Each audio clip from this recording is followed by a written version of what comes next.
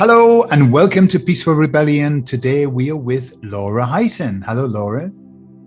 Hi there.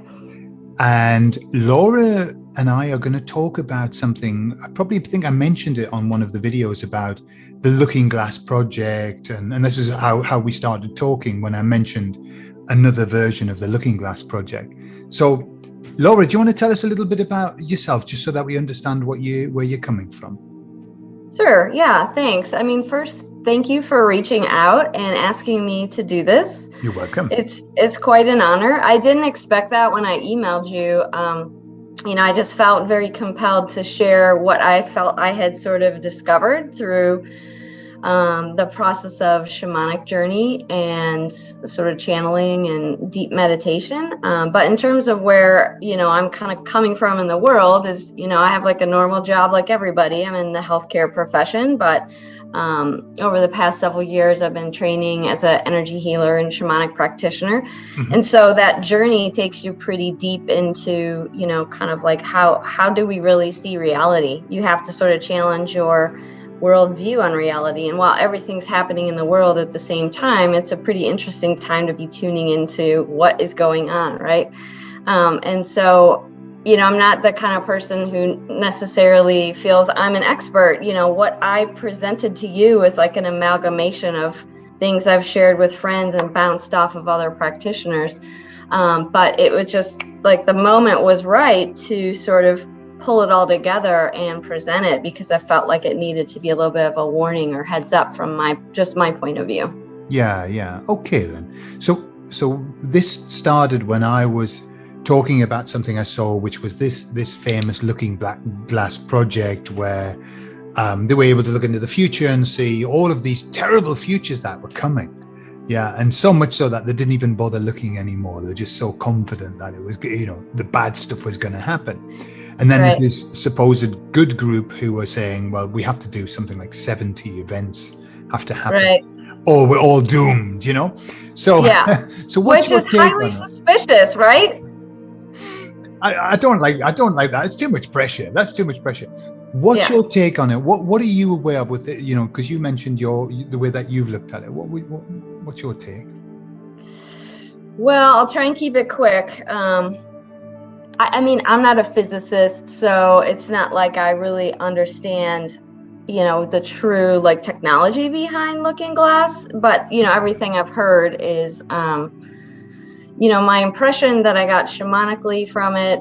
And I would say this, if folks, don't totally understand what the shamanic technique is, I mean, it's basically you go into a theta state to, get information and wisdom through your higher self, or, a variety of your expressions through the different dimensional realities. And you can bring that back as healing, for others, healing for yourself. And certainly information, because that's what shaman did, is they kind of help pull information to help inform, the tribe on how to survive and get medicine. And so most of the stuff that we all get, right, as light workers, is we're getting things intuitively. And then it's almost like you're presented with like the empirical evidence in the 3D world, like within hours and days after you pull it through, right? Mm-hmm. So I would have these journeys and I would sort of get a metaphor of what Looking Glass was, and then maybe I'd bump into a video about it like a day or two later. So that's kind of how I started to learn what it was about. I think the main thing that I got in the journeys was that the inevitability that they believe that they have to sort of swamp us with doom it's the opposite, right? It's like they're looking at the calculation of our ability to expand energetically and become into full awareness. That our ability to do that, it's almost like they can calculate it like if you were an astrophysicist looking at like a star collapsing and moving into like a supernova type of life stage, and then eventually to a black hole. You would be calculating how the energy was expanding and contracting and all the things it has to do, right? Mm-hmm. Some physicists out there is probably like, that's not how it works. But anyway, that it can be calculated, right? And so if we're just energy and we're just sort of like little supernovas, then they can calculate how we're all growing, changing, and expanding based on variables that just can't be stopped. So it's like we're not the looking glass. I'll get to that part, why I said that, but basically we're the expanding front of, we're in the expansion phase of the universe right now, right? And they can basically use the quantum technology to be able to see like how fast it's all moving. And I think that's the impression I have from all the journeys and things I've sort of collected and listened to, is that they know it's an eventuality. Like you say it all the time on your show. They know that it's going to happen, right? That our ability to sort of overcome their rigged system is they're going to fail. So it just seemed so, I could go into some of the shamanic metaphor of why I believe so strongly. Like I wrote you that email that day because I was like, oh my gosh, you know what? They're just trying to mind fuck us that their little, show game is so real, and that we shouldn't believe in our ability to expand as a collective, right? So all that to say is that, I believe they can measure and look ahead into the quantum field to kind of see, like, as each of us is a star, how is that moving, and how's that energy moving, and then how is that going to impact them?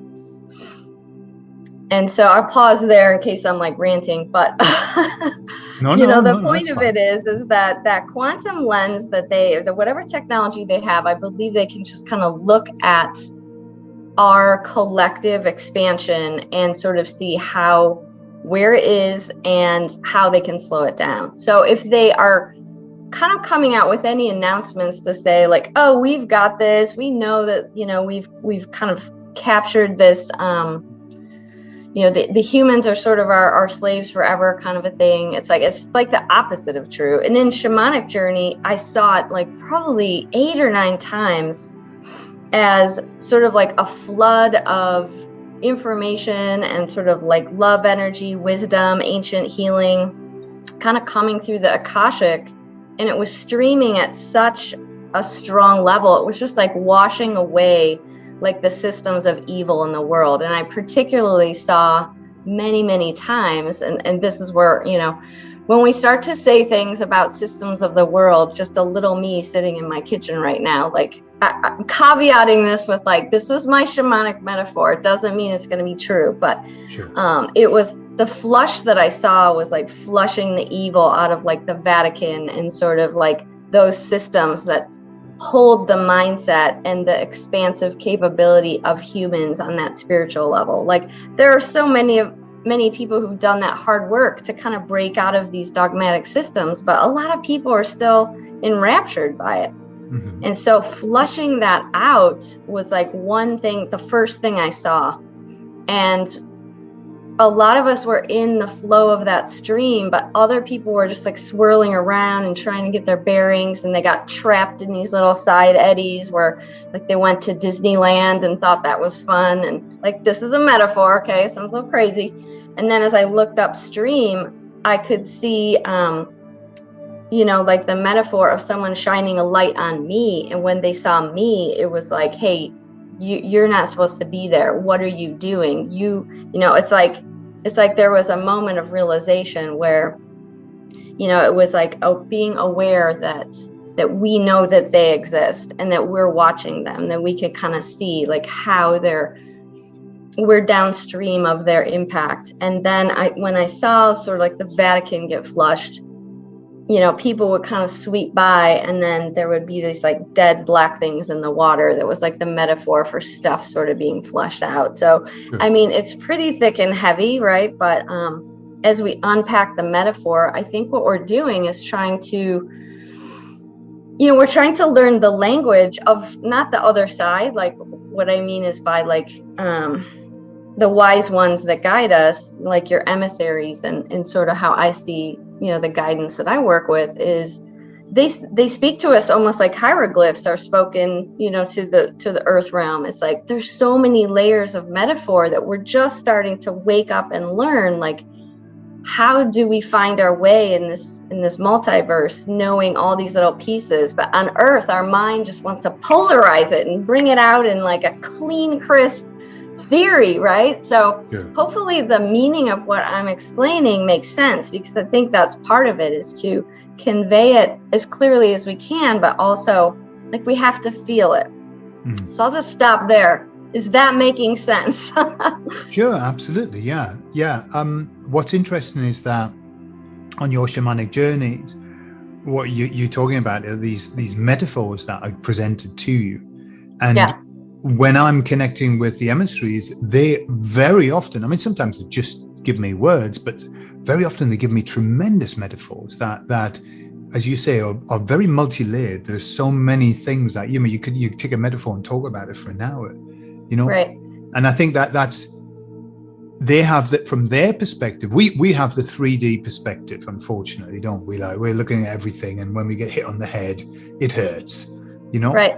Their perspective is from a completely different place, and so that they're able to present it in a much more kind of, it's almost like a big picture rather than the details. We're very much in the details now, aren't we? Right. We're in the tough stuff, and they're very, macro, big picture, which can annoy people sometimes. Right. Because they go, don't give me a metaphor. Tell me what the hell I've got to do, Just tell me what exactly. But they don't want to tell us what to do or think, because that's the whole point, right? Like, they want us to grow up as far as like how we are leveraging everything. And so the metaphor of this whole, like, if we're the looking glass, like, it's always opposite of what we're sort of told in the earth realm, right? In terms of, like, we're told by people who maybe take information and they polarize it, and if they set their intention to it for either good or bad, like the way it comes out, like, we have to unpack that metaphor. We have to unpack their polarization, how people spin things. But I think where I started moving from, okay, I have this imagery, this feeling, this metaphor coming through, the shamanic realm, and I'm kind of trying to figure out what the looking glass is. Like, that's a lot to unpack right there. But then as this Guardians of the Looking Glass group emerged, it sounds like this great thing, right? Like, oh yeah, that's right. We're remote viewers, and we're going to, like, we're going to undo these 70 events. And by the end of that, boy, we've just like saved the whole world, right? And so it sounds a little suspicious.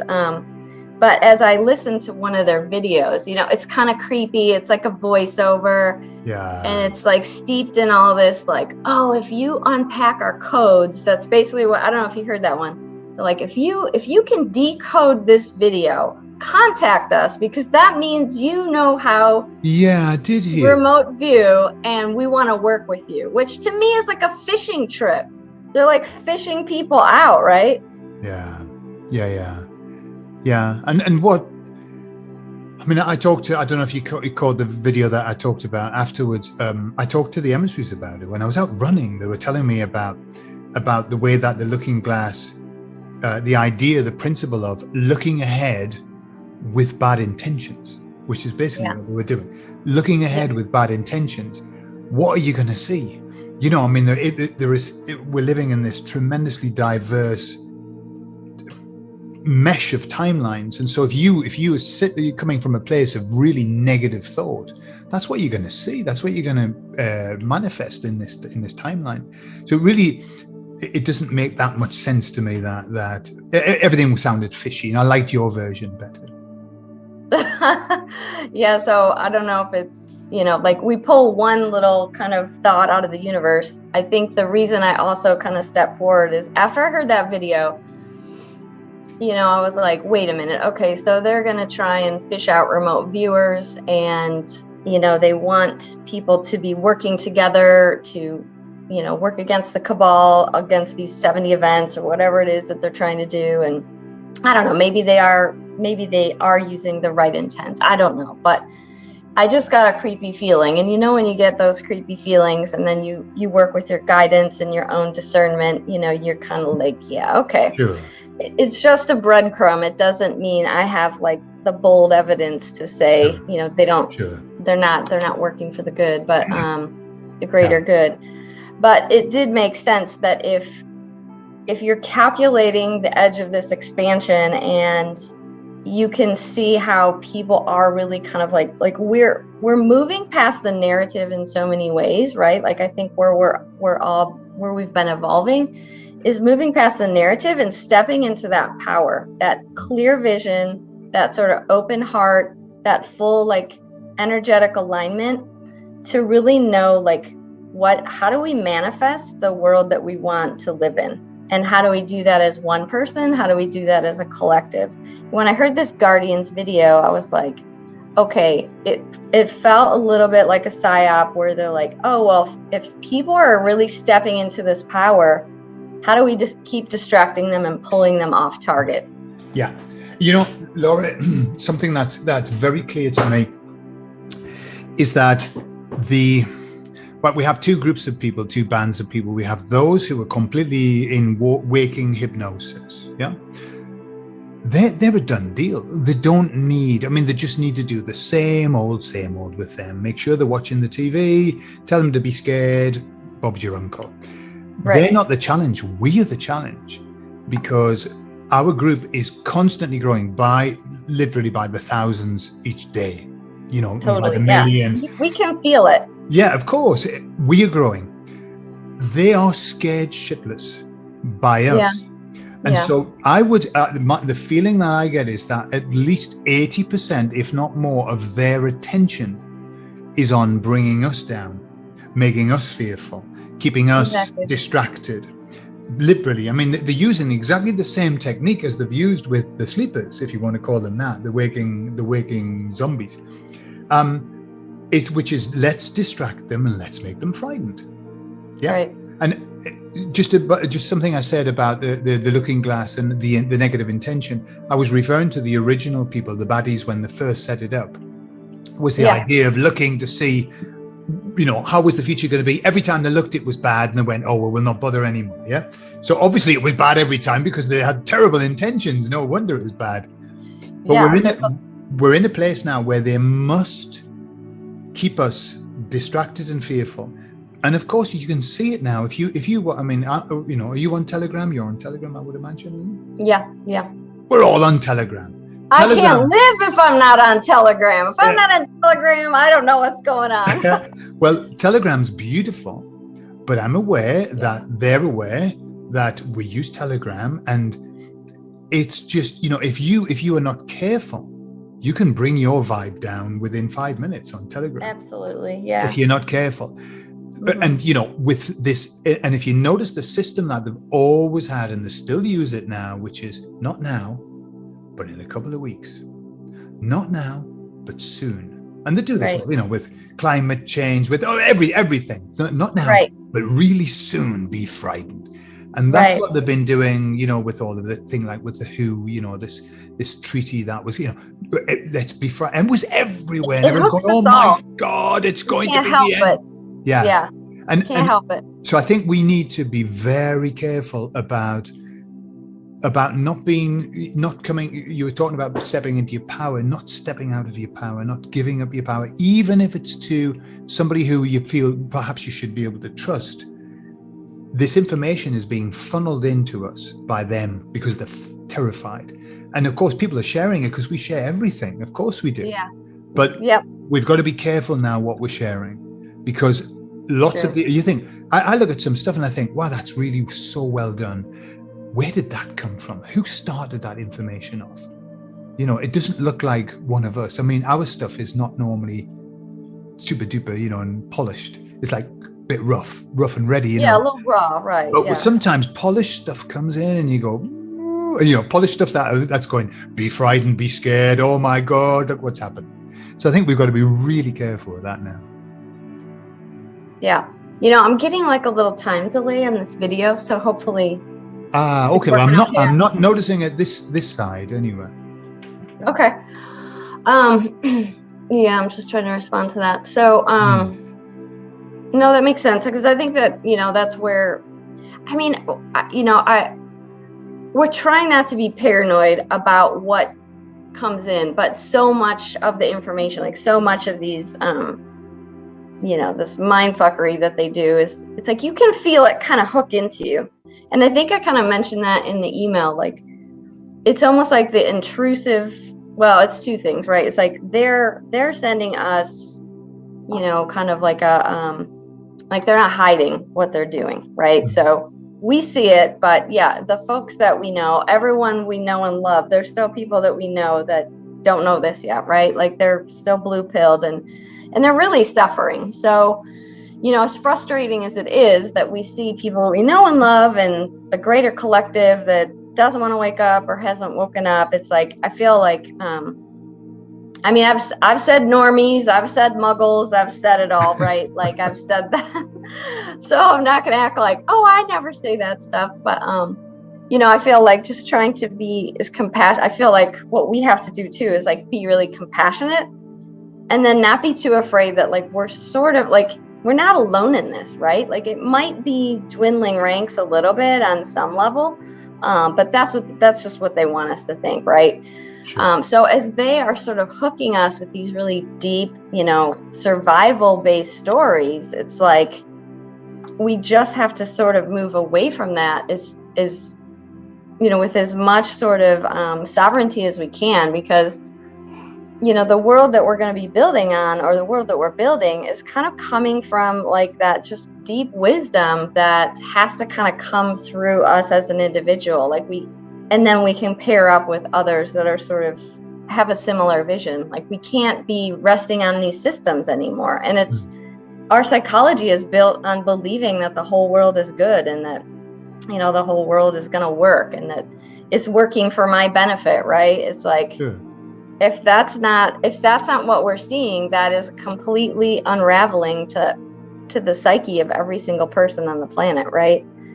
And if it comes down too fast, it can be, we could have the best intentions for how we want to like co-create a new reality, but if you're lost in survival mode, it's going to be really hard to do that. So sure. It's trying to get a feel for what's the speed that they're moving at, what is just happening naturally, what is it that they're manipulating, and then where do we have like that little bit of edge of control as a collective. And so as I was sort of reaching out, I thought, well, there are many others who are probably tapping into the same type of like wisdom that's coming through your emissaries, that's coming through, some of the teachers and guides that I've been working with. It's like, how do we start to find the others, and pull this together? How do we really bring that power really into the world, right? Like, how do we do that as an individual? So I guess it's a rhetorical question, but,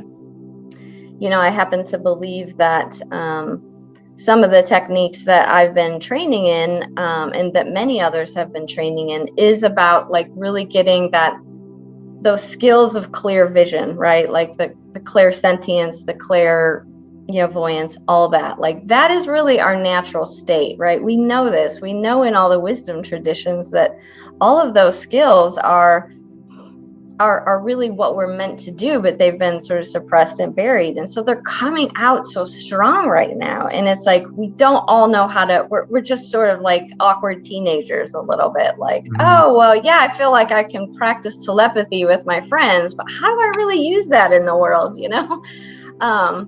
and then some of these other skills. And between that and like going deep into that like enlightenment zone of your own like meditation practice, like we can get there too. Like it's not something that's way out there, having a telepathic capability, having like a really deep experience of meditation to where you can start to touch the state of samadhi. Like as you line all that up in yourself, it's our natural state. It's where we're going. And it's as we're actuating that, if we're activating that, like that is going to give us the firepower we need, so to speak, I think, to make our way in this world and help others do that. And as we're joining forces to do this, it's like it is unstoppable from the light wind standpoint, Yeah. It's just hard to see it play out because we all want a storyline, right? We all kind of want to be like, well, this happens and then that happens. It's like, no,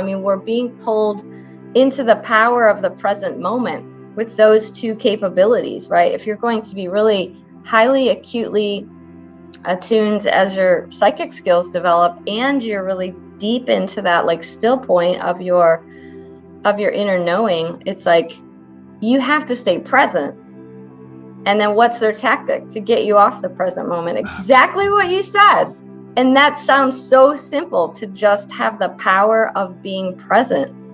Like right now, I'm just like timelessly talking, and I'm like, I could have been talking for 15 minutes. I don't even remember, but I'm just being present with what I'm saying. Sure. So even though that's an awkward skill to hone, because we're used to such compartmentalization, I think that that's the power that we're bringing through. And when you're not afraid of the future, you really won't fall for that shit anymore, right? Sure. I mean, if all hell broke loose and in 7 days, whatever, there was a nuclear war, like, aren't you living your best life now? Aren't you, if we're being present now, I can't control that anyway. Why do I want to fear the future when I can't even control that? Exactly. But I can, through my intention, direct at least the life experience I have. And as we learn to do that with others, you know why they're afraid, because they know that we know this now. We are online, right? We are all like waking up to do this. So sure. The question is how do we build that future, from that inner space? Like, we all have to start that journey inside, and then start to understand logically how we apply that skill to build a new society. And I see, Laura, I see that, what I see is that exactly happening. And we've been going through that process. Even, I've been, doing this kind of stuff for a good few years, but in the last 3 years, I've seen the emergence of so many healers. And I'd say the word healers, just people who know that they have to be helping. They know they have to help. They know they have to help. And even over the last couple of years, I've watched people developing themselves and developing the skills. And then suddenly they're doing this and doing that. The business side of how do we actually get that to work? That's what that's kind of where I see people now saying, well, right, what am I going to do with this now? I've got this skill. How am I going to do it? And just to comment on what you were saying about light and the fact that they know, then it's lost. It's lost. They've lost. But they are making what I would call a tactical retreat at the moment, and it's like when you lift the rock and there's all these bugs and everything, and they scatter because the light's on them. That's exactly where we are. They're scattering. As they're scattering, somebody mentioned it was like a burn the town. As they leave, let's burn the bastard. Right. And that's kind of where we are. That their intention is always to do the worst that they possibly can. But even when they're running, but that's where I see is where we've got this. We had some people around our house, awakened people, aware people, and they said, but what can we do? What can we do? And I said, look what we've got. 2 years ago, you wouldn't be sitting in my house, and we wouldn't be talking about the things that we're talking about. We wouldn't be having this conversation now, 2 years ago. It just wasn't the right time. Suddenly everybody's talking about things that 2 years ago might have been a bit, ooh, and now it's just like, God bless you. We are evolving. Normalizing that. We're normalizing, but we're evolving at such a speed. We're moving at such a speed. It's incredible. It's beautiful to watch. And I think when we go ahead a few years and look back, we'll then see this path that we've been on. That's very obvious when you look at it retrospectively. Yeah, it's so true. It's so true. Well, I in some of the journeys and, a couple of the downloads, and everybody gets all this stuff. So we have to put the puzzle pieces together, right? So and that's why I really love your show, and, kind of joining in on the Telegram channel is, everybody sort of feeding each other little pieces, but you still have to use your discernment, right? Like sometimes we can cough up some garbage, right?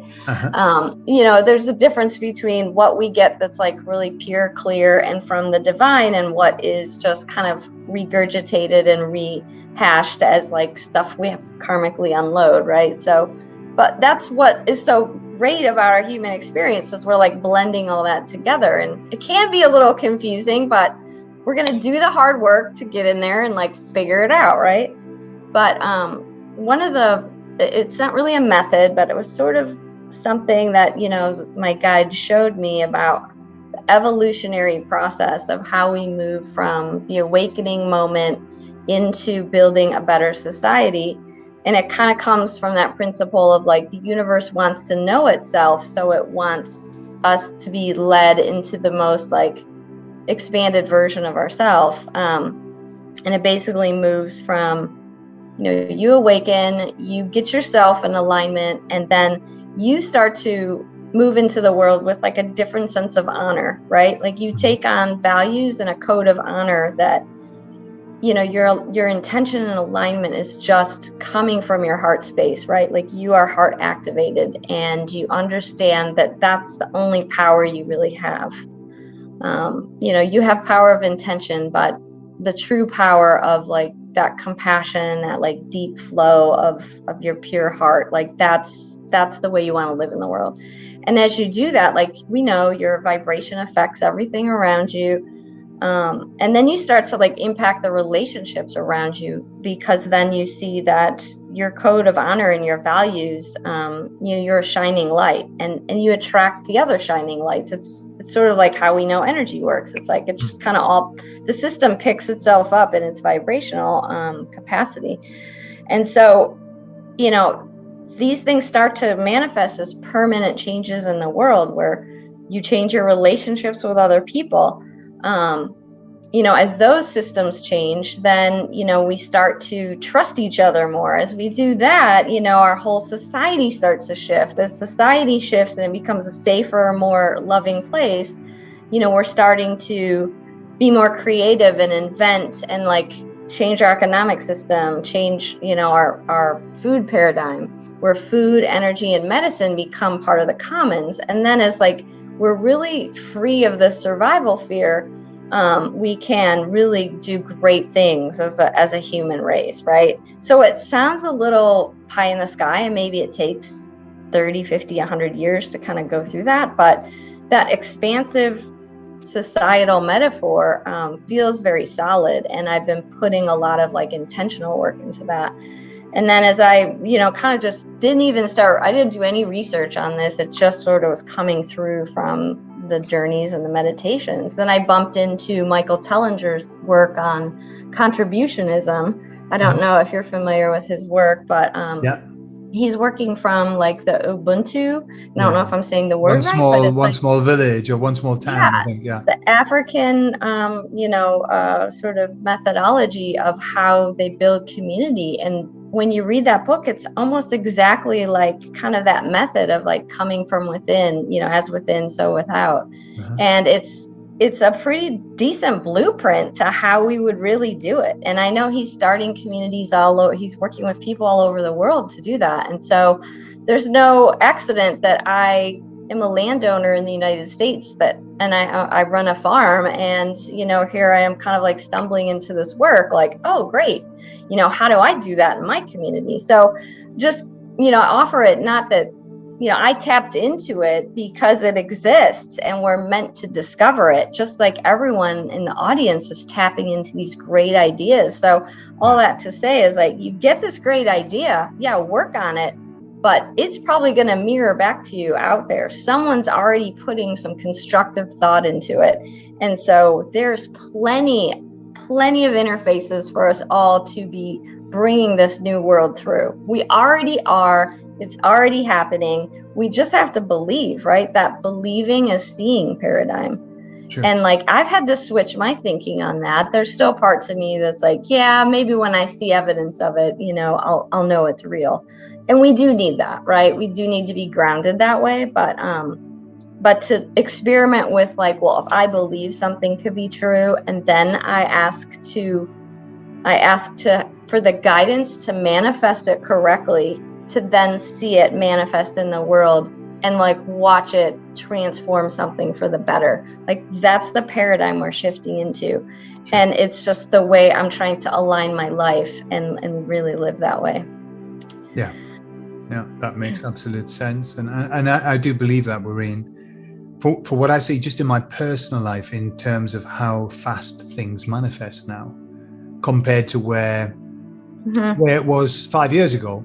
I mean, we could manifest, I could manifest things really well 5 years ago, but boy, the speed now is awesome. I mean, it's sometimes within seconds now. And I don't think we actually, even I talk about manifesting and all of that, but I don't really think that we actually understand how powerful it is and how easy it is. And it's as you're saying, it's a lot to do with belief. Once we get that belief, then our powers are going to be increased exponentially. We're going to be able to create what we want when we want it as a group. And I think the Michael Tellinger thing, I followed Michael for years. Good. Lovely man. And from my guys from the emissaries, when I was talking about, how will we live? Because, talk about disappointment with government. I mean, talk about disappointment. Disappointment levels are at the lowest they've ever been for government, Yeah, it's hard. And, in both camps.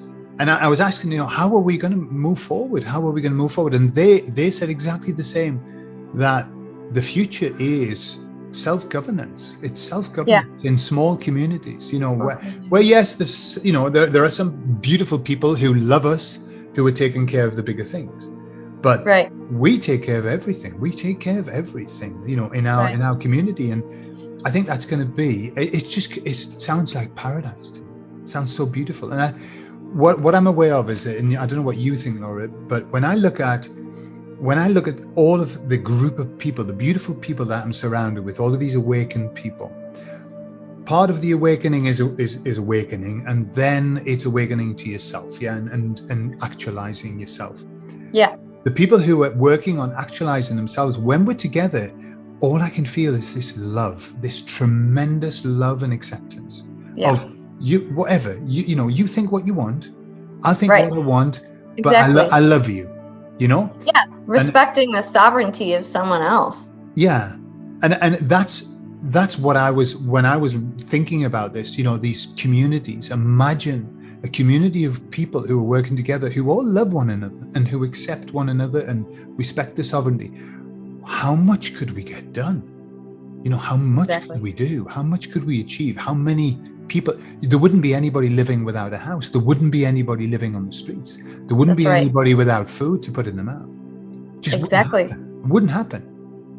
Exactly. Yeah. And I'm not an economic specialist by any means, right? I mean, as I started to read Michael's work and just like follow some of his videos, we need the greatest and best minds who have done all this inventing and, who can build systems. And, it's sort of like people think, well, if we have only a monetary reward system right now, like what would motivate people to demonstrate their best self and bring excellence into the system. And that, I think Michael probably can kind of answer that. He's the expert on this, right? But I think just from my own view on it is that, knowing that you are living, you're able to bring your gift through and it's your unique thing. I think that's what's so beautiful about the awakening is, and you make friends so fast when you talk to someone who's kind of awake, because it's like, oh, what do you do? And like how everybody has this piece of it. Your ability. That's what contributionism is, right? You're waking up to your gift, and that gift is something that kind of only you are here to do. And so the reward is the fact that you are supported within your community to be recognized for that special thing, as you recognize everyone else's too. And then you're each supporting each other to live your best life and contribute. And that does come from deep within you, that Sure. You're getting to know yourself every minute that you're activated within that contribution, right? Yeah. And so it does seem very kind of out there when we're like, okay, it probably won't be any money and all these things will be in the commons and people will, not, whatever, we'll have everything we need, but it will look very different than we have. And it probably will take quite a bit of time to shift it on the highest level, but we can make pretty fast shifts, I think, to your point. I think like moving as fast as we're moving. Yeah. I mean, everyone wants to know, well, when? Well, how about now, right? Like, how about as we're all talking about this and other people are like, oh yeah, that resonates, right? It's like, empower yourself, be more present, work on your manifesting, let's be more compassionate. Let's all read on Michael Tellinger and see, what is he up to? Does that resonate, right? What other systems are out there? Let's just start doing it. This is the life we came to live, right? So sure. Let's just get out there and do it. Absolutely. I agree with you entirely. Now's the time for action. It's not just for hunkering down and watching. Now it's in the action, as you were saying, the action is sort yourself out, find out, build your strengths, build yourself, make who yourself are you? The best version of you that you can possibly be. That's your job. That's our job. Yeah. You know that in my studies, I used to be a work study engineer for my sins or whatever that was. And what I discovered was that money actually doesn't motivate. Money makes you less dissatisfied. More money makes you less dissatisfied. It's true. But money is not a motivator. It never has been. If you look at Maslow's hierarchy of needs, right? We need shelter, we need clothing, we need food. After that, we need to belong. That's right. And if we don't belong, we wither away. And that's what this community idea is all about, is belonging. That's the biggest gift that we can have and we can bring, belonging. Absolutely. Yeah. And in the study of Maslow's work, as people have looked into it, they present some really compelling cases with how so much of what's happening in our society is where people are undernourished on almost every level. Mm-hmm. There are people who they'll eat, Doritos for dinner because they can't afford anything else, or they're in a food desert, or whatever it is that they're dealing with. It's like we could solve so many problems, like the way a child's brain develops and the way our neurochemistry is hardwired after various traumas. It's like we're looking at the collective of humanity that's been traumatized for centuries, and we carry that collective trauma. So yes, there's a lot of healing to do in the world. So as healers, people who are trying to unravel these things, it can feel really big, and it is, and it's huge. But we also have that neuroplasticity to change and grow and heal really quickly. And as we're also responding to, the evolutionary energies that we're all exposed to, bathed in whatever you want to call it. I don't know how it works, light codes, whatever people want to call it. We have a lot of help too. And so while we might look at the whole thing and judge it, that's error number one. If my mind is judging what is right, things are still a shit show out there. People are too asleep. I'm judging. I'm in an energy of thinking I know how the world needs to be moving toward that, that better future, right? It's just coming down to me being the most present, the most grounded, the most compassionate I can be, and learning all these great skills, right? All these great psychic skills and whatever. It's it's a great time to be alive.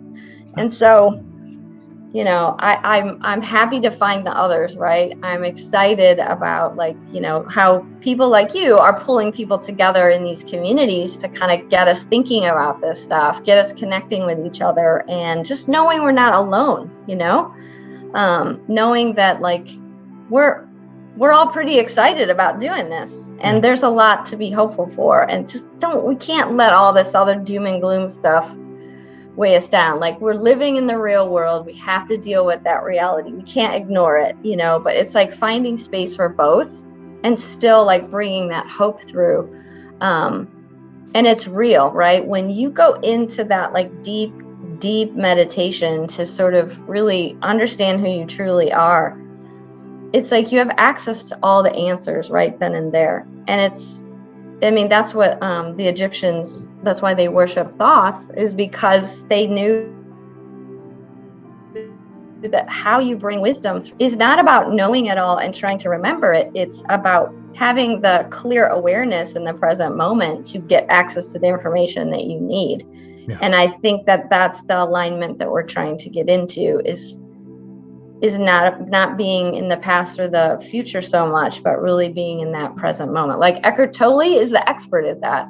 Sure. You want to start somewhere, right? Like any of us want to start somewhere, and how to like really power up on that. Listen to Eckhart, right? And I know some people, they have all these labels about like, oh, that person's deep state, or, whatever. I'm not even going to speculate on that. It's like, listen to what your heart's telling you, and just like feel how that wisdom is changing your life. And if it doesn't work, then don't do it anymore. But if it leads you to the better version of you, then bravo, Absolutely. And that's a beautiful way to end this chat, because we did promise we were going to do 40 minutes. We've gone into 50, but not to worry. Good idea, Gordon. Yes. Yeah. Laura, it was beautiful. And I have the feeling that we could sit here and probably talk for another hour quite easily, but maybe for another time. Yeah. Because you've got to work. No, I really appreciate this. This is such a wonderful moment to be able to talk to you one-on-one. I mean, I didn't really ask you any questions, but it was a really lovely, like, flowing conversation. Sure, yeah, that's what it's all about.